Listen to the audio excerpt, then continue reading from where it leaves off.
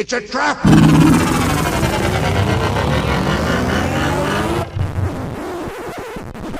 Oh, I'm sorry. Did I break your concentration?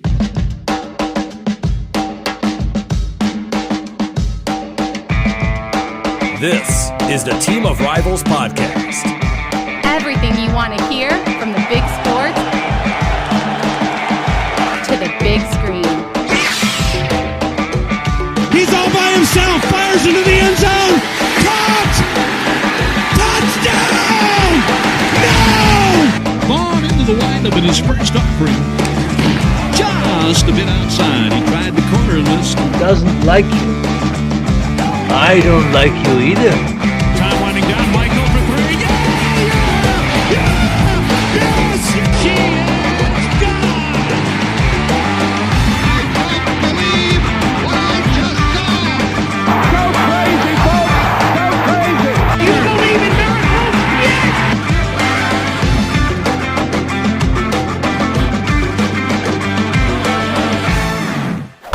You may fire when ready. What?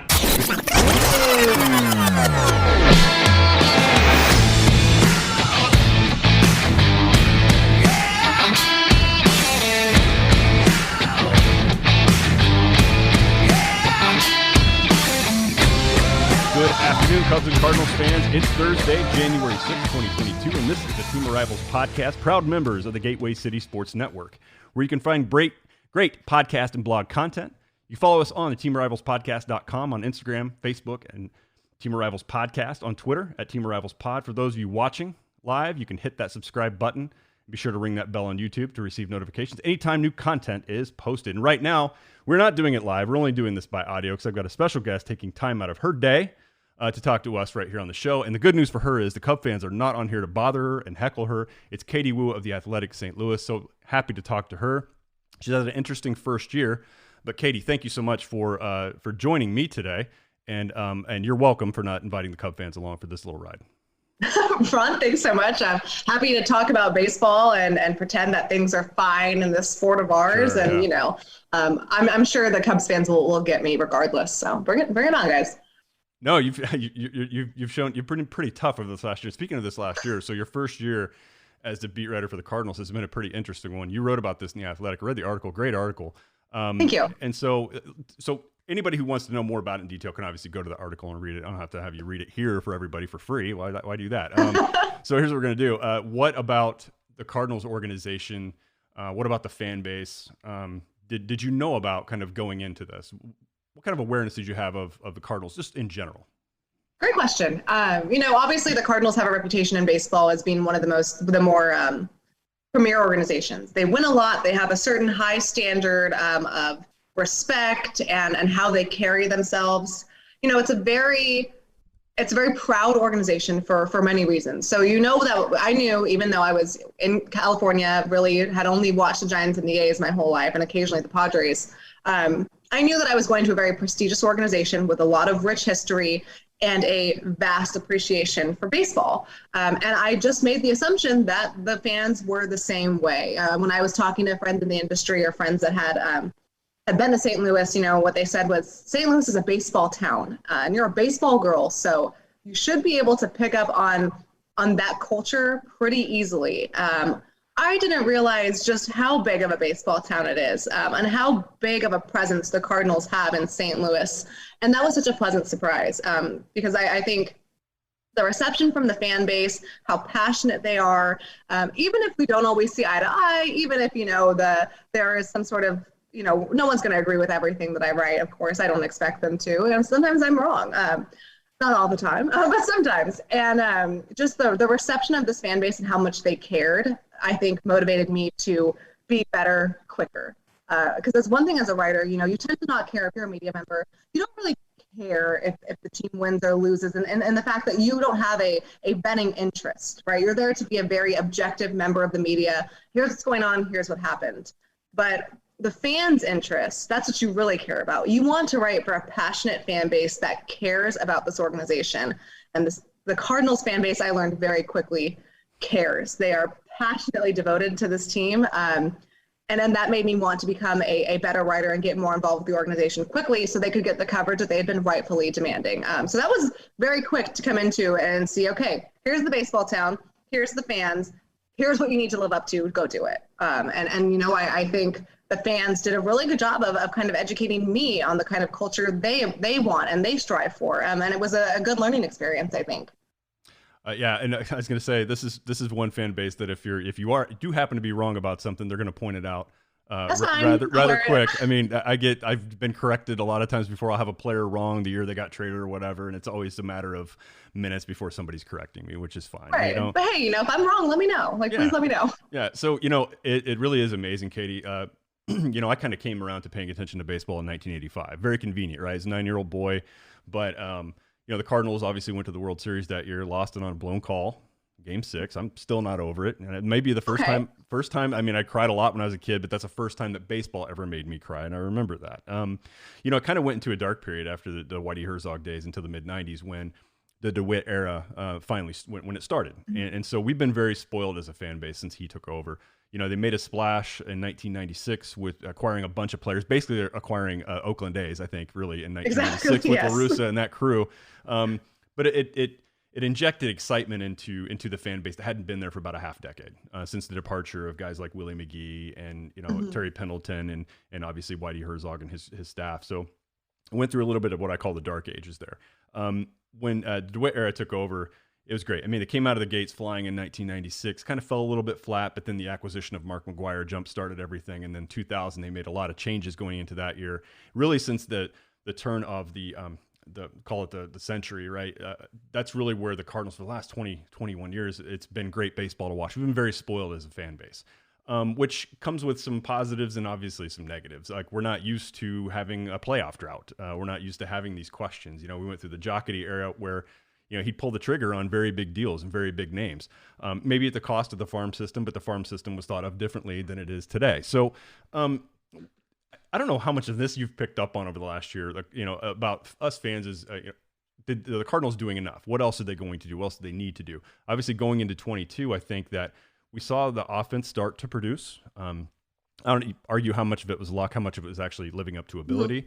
But I think going into 22, the real question is around pitching, right? That's what we're concerned with. So what are your thoughts around that? We don't have a lot of things to bank on as far as the pitching staff, really, if you break it down. But what are your thoughts on that going in? You know, let me backtrack for a second because I think this will help overall. I didn't understand in June and July what the big, like, cloud of negativity was. Obviously, I knew that when the starting pitchers, when you lose Jack Flaherty, especially after the start he got off to in 2021, that's demoralizing.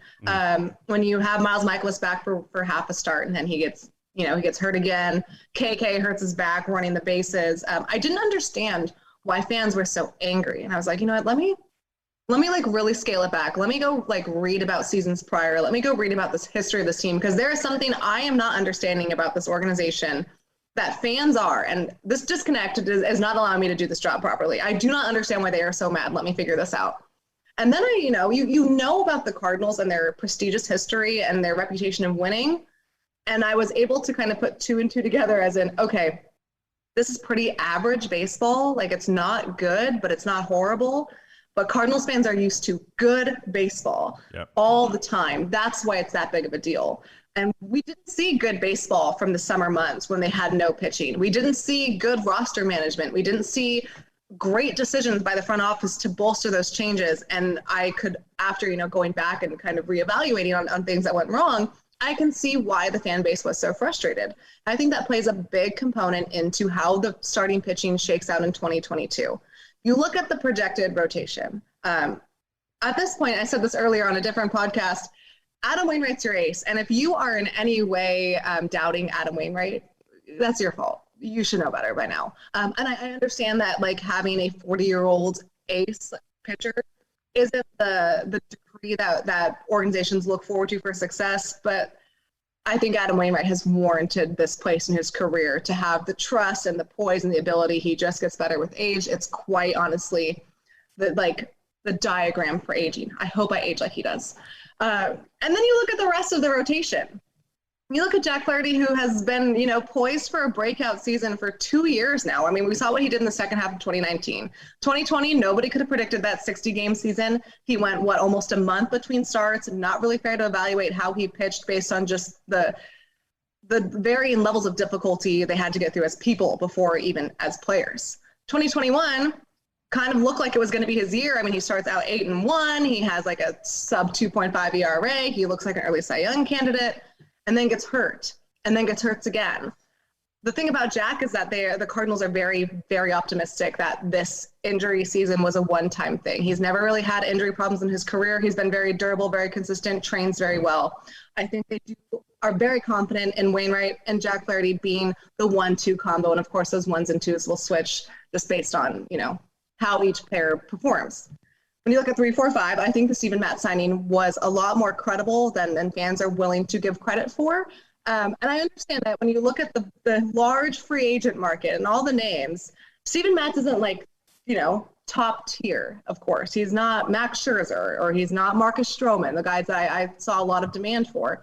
But he fits what the Cardinals need. He's a left-handed pitcher, sinker ball guy that will play great with that defense behind him. We kind of saw that with TJ McFarland last year in the reliever role. And he's durable. So I think that he complements the rotation pretty well there. Dakota Hudson and Miles Mikolas, there are injury concerns, of course, but when you look at how they look like in September, they looked pretty good. That's a decent rotation. If we learned anything, though, from 2021, if the front office has learned anything at all, you need a number 6 guy. You need a number 7 guy that you can slot in. They're confident in Jake Woodford being their swingman for now. I was actually very impressed with what Jake Woodford was able to do after coming back from the minors and kind of reinventing himself and learning and conditioning and then just being a kind of reliable guy. But I don't think they have enough starting pitching. Hey, there we go. There we go. I think that they need one more arm that can kind of play as another swingman, whether it's a spot starter or someone that they can pull up in long relief and start games when necessary. I think if they roll up to the 2022 season, counting on those 5 guys and hopefully, and they think that Jake Woodford can slot in, that's not enough. And they would look to open themselves up to making the same kind of mistakes as they did last year. Yeah, and I think what another thing that piles on top of, you talked about the injuries with Jack Flaherty. Maybe Cardinals believe it's just a one-year thing. What Cardinal fans remember or have seen is like something with Alex Reyes, right? Might have heard the same thing when he went down. He's never quite been back. We've never seen what Alex Reyes was actually able to do, and hopefully that changes. I don't know what kind of a candidate you think he is for the rotation, but I think that's another thing that Cardinals kind of weigh when they're, especially fans on Twitter, who you probably hear the most. I'm just guessing. But yeah, so the other thing that you heard it from fans too in the off season, probably before I'm guessing before you joined, but look, this rotation could be thin. Like, it doesn't appear to be. You got 5 names right now. But we didn't know what we were going to get in Miles Mikolas coming back. And we had some question marks around Jack, I think, just in the shoulder or back. Can't remember which one it was. And, if one of them goes down, we might be in a situation, and we saw it on opening day. And when you have Daniel Ponce de Leon and John Gant in your starting rotation, that wasn't the plan going in. And so when you saw it happen, and I kind of think that a lot of us as fans kind of saw the same thing, and nothing was done in June. Like, we all saw this coming, from the convenience of our couch at home, we all saw it coming. We know we don't have to do it, but I think that's another thing that kind of piled on us as fans, and it was a little irritating, especially in a year when you go out and you do something like you bring in Nolan Arenado, which all of us were freaking out over. We're like, this is it. I mean, you got to be in when you bring in a player like that, and to not see anything happen at the deadline. It was a little bit of a bummer, but I will give the front office a lot of credit for the moves for John Lester and Jay Happ and McFarland and Garcia. I think those were great moves, really under the radar, criticized heavily at the time. But you think about how many players over the history the Cardinals have brought in at the end of their career, mid-season or late, and they've experienced just a little shot in the arm getting here, and they did get him to the finish line. They did. Give them a lot of credits. Now, the Steven Matz move, a lot of comparisons to Mike Leake when they signed and brought him over. But I think it's more comparable in my mind. I don't have numbers in front of me. It feels more to me like the Jeff Suppan signing in 2004, where he was a free agent, and he wasn't a lights out. He wasn't going to mow a lineup down, but he controlled damage and relied on defense behind him. In 2004, the Cardinals had a great defense. Well, in 2022, they're going to have 5 Gold Gloves behind Steven Matz. So I think this feels more to me like the Jeff Suppan signing rather than putting Mike Leake in front of a crappy defense behind him, which is what he had when during his short time in St. Louis. That's what it feels like to me. That's a great comparison, and one I didn't even think to make. I actually really like that. Look, again, Steven Matz wasn't the splashiest or flashiest of names, right? But you look at this defense, and I don't know how, but I still think this Cardinals defense is underrated. Because Cardinals fans see what they do every day, whereas the average MLB fan sees the highlight reel. So they see Nolan Arenado every day. They see Harrison Bader every day. They see Tyler O'Neill every day. But the flashy plays are great. Those like show-stopping, jaw-dropping, how did he do that kind of plays are great. But I think what really solidifies and makes the Cardinals defense stand out is their commitment to fundamentals, their commitment to always having a plan. I mean, when I think about the Cardinals defense, I think about that like 16-person double play at Wrigley Field when they won their 15th game in a row where Harrison Bader is covering second base and is now part of the rundown. Teams just don't know how to execute that as flawlessly as the Cardinals do. Now, when you have that defense behind Steven Matz, I really think it will just be an added component. I mean, look, Steven Matz is no scrub, of course. Like, this is an established veteran pitcher with poise and control. That sinker ball should play well, like I said. And anytime that you pitch to Yadi, you're in a good spot. Hearing John Lester and Jay Happ credit how Yadier Molina helped turn their careers around in such a short amount of time. I mean, these guys were brought over July 31st, and they were crediting him in the middle of September. They were crediting Yadi as like how they were able to reinvent themselves. That's 6 weeks. That is 6 weeks of work that both pitchers were able to be like, this guy really helped save my career. Another guy we don't talk about a lot that deserves just as much, I think, praise is Mike Maddox. He's also always in the conversation when pitchers talk about how they felt the need to reinvent themselves. The Cardinals have a great reputation of evaluating strengths of their players and strengths of their team and combining them together to get the best possible result. And I think that's what we'll see with Steven Matz. I don't know what it is with Maddox. I think it's the mustache. I think if he walked into spring training without that mustache, it's not going to work. He's got the best mustache on the staff, that's for sure. Look, so we're talking about pitching. So, pretty soon pitchers and catchers are supposed to be reporting, Katie, but we've got a little bit of a problem, right? They can't report anywhere. There's no action happening. And the fact that the sides aren't talking right now, at least what's being reported is this two sides aren't talking. So I don't know how you feel about this. This is different than the situation I think we talked about before we even hit the record button in 1994 that I remember. This one's different. They did it in the off season, which I thought, okay, if they're going to do it at all, now's the time. I'm starting to get a little concerned that we're going to have a disrupted season. If you think about it, we've not gone into a season under normal circumstances since 2019. Like, we haven't been walking into a baseball season without distraction. It's just going on the third year where we could be dealing with some issues now, and we clearly are. So I don't know. You've probably, I no doubt, you've been thinking about this probably every day, what this lockout has meant for you, at least, and so.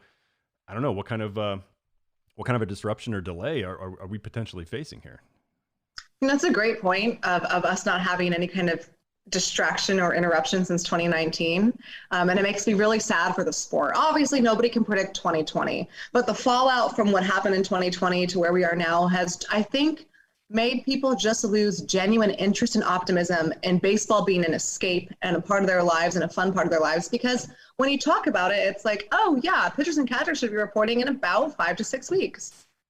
Are they? Like, do we get excited about this?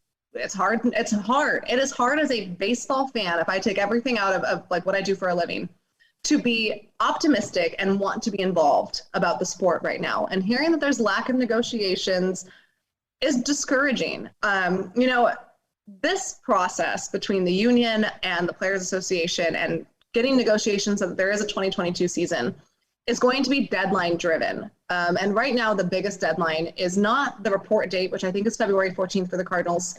It's not the ramp up 2-week period before games. Spring training games are slated to start. They're slated to start. The first one's February 26th.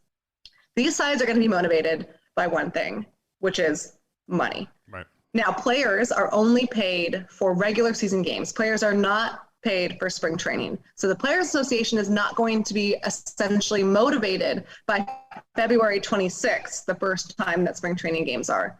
The owners are, because owners' revenue starts getting impacted the second a spring training game gets canceled, because there is no negotiations. So that deadline is going to drive these two sides to come to hopefully some sort. I'm losing optimism that there will be a full complete season in the spring. I don't think the regular season is impacted just yet, but it certainly is discouraging from a fan standpoint to hear that there's been no progress over the last month. Yeah, and also when I think there's talk about the season getting delayed or again, players get paid when real games start. So if that start getting impacted, they're wanting to move it back because of just training time. We've seen this over the last few years too. When you shorten spring training at all, you shorten anything in prep, you open yourself up to injury, and we've seen it throughout the league forever, right? Yep. Those have shortened spring training more times than not. We've seen injury spike. So I mean, that's got to be another thing that's what I would think would drive some urgency into the union as well. But we'll see. But yeah, I do think that players are ultimately, they want to get back. No player is sitting here on January 6th saying, oh, I could really use, another month before I go back to work. These guys want to play. The relationship between the union and the Players Association is just so damaged and so toxic that neither side right now is really willing to negotiate. They're ultimately going to be pushed by the impending threat of games getting canceled. And it's not like we didn't see what happens when you lose games. I mean, we are only a year and a half from the 60-game shortened season. And that was, it's obviously better than nothing, but it certainly isn't fun for anyone. Right. So I'm cautiously optimistic that things will get done, but it is disheartening from a fan perspective to be like, okay, well, we're a month after this lockout started and there hasn't been any kind of progress at all. Yeah, and it is frustrating. And I have legitimate worries about just the interest in the game, the interest level, even down to the lower levels to kids. And I've got young boys myself, and they've got a million more choices than I did when I was a kid on how to entertain themselves or what they want to pay attention to. And, with the popularity of the game, and it's not at its greatest state right now, I think I'm not going to deny that. But I generally worry about interest, even from the casual fans who could become more interested when something like this happens. It does set things back. We saw it in 1994, and it took a great home run chase. People don't want to hang their hat on that. That's what kind of brought people back, and they might be right, but you can't count on something like that happening every time. So I do hope they get this together. I hope they can get it corrected, because if we have another delay or this bad blood between the two sides, it's just not going to help the popularity of the game. And I think the timing of this just sucks. I don't know how it could be any worse. No, I agree. The timing, when you look at like where we are as a country right now and all of this like increased concern about the new COVID variant and how most people look to sports as an escape. Well, now they can't even do that, especially from baseball's perspective, because there is no baseball, and it becomes a very negative connotation when you think of like the strike and impending work stoppage and the impending cancellation of games. We are already so stressed out and so just genuinely pessimistic about society that it's easy to carry that same connotation over when our escapes aren't even helping us do that. Yeah, there's that's kind of weighing on everybody's head as fans. But for your sake, Katie, I hope when you are able to return back to the ballpark, I hope for your sake that the wooing stops. That has got to be the worst thing I've ever heard. When I've heard it on the radio, I've heard it on TV. I know you've commented on it before that you wanted to hurl yourself into the sun or something like that. And I hope it's done by the time you go back to the ballpark. There's nothing I've heard that's worse. I always say I'm never going to tell people how to fan. I would just hope that obviously don't be a jerk. But if you really want to do it, fine. But don't be offended when I put my AirPods in and it's like top volume and I have like John Rooney like blasting my eardrum from the Cardinals broadcast, because at least that is nice to listen to. Great radio voice. Other than the it's always at like the most boring times of the games too. I'm like, oh my gosh, it's making it worse. I know. Yeah. Kind of. I miss baseball and I miss Busch Stadium, and I miss bothering Kamish, who has the luxury of sitting next to me as Hall of Famer Rick Hummel, and I annoy him every day. And I miss bothering Zach Silver, my other counterpart, who's on the left of me. And I'm not sure they miss me being that annoying, but I'm ready to get back to it for sure. Well, I look forward to reading your work again whenever things fire back up, and I hope they do soon. So, Katie, we can't thank you enough for joining. I know you wanted to get going today, so hopefully at some point in time in the future we can do this again. And if baseball doesn't come back, maybe you can join us for some Star Wars talk. I don't know if you're into that kind of thing or not, but why not? Why not give it a spin? Anyway, why not? Exactly. Much for having me. Hopefully we get baseball Yeah. back soon, and the next time we talk, it's from a beach in Jupiter or something like that. Well, I'm not going to do the typical podcasting and ask where people can find you, because anybody listening to this thing right now already know you. They follow you way before they follow us. We won't go into that, but we'll put you. We'll tag you in the post when we send this out. So, all right, Katie. Again, thank you for joining us, and hopefully we can do this again in the future. Thank you. Thanks, Ron. Have a good one. All right. All right, that was Katie Woo from The Athletic in St. Louis.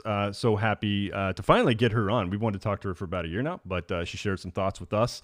She got something. She's got a meeting she's got to attend. Yeah, maybe something's up there that we can. She'll clue us in on later. Nah, I doubt it. Anyway, we'll be back on tonight live. Let's try to get this out in audio format before we do our live podcast tonight. So we'll go into all the other stuff then.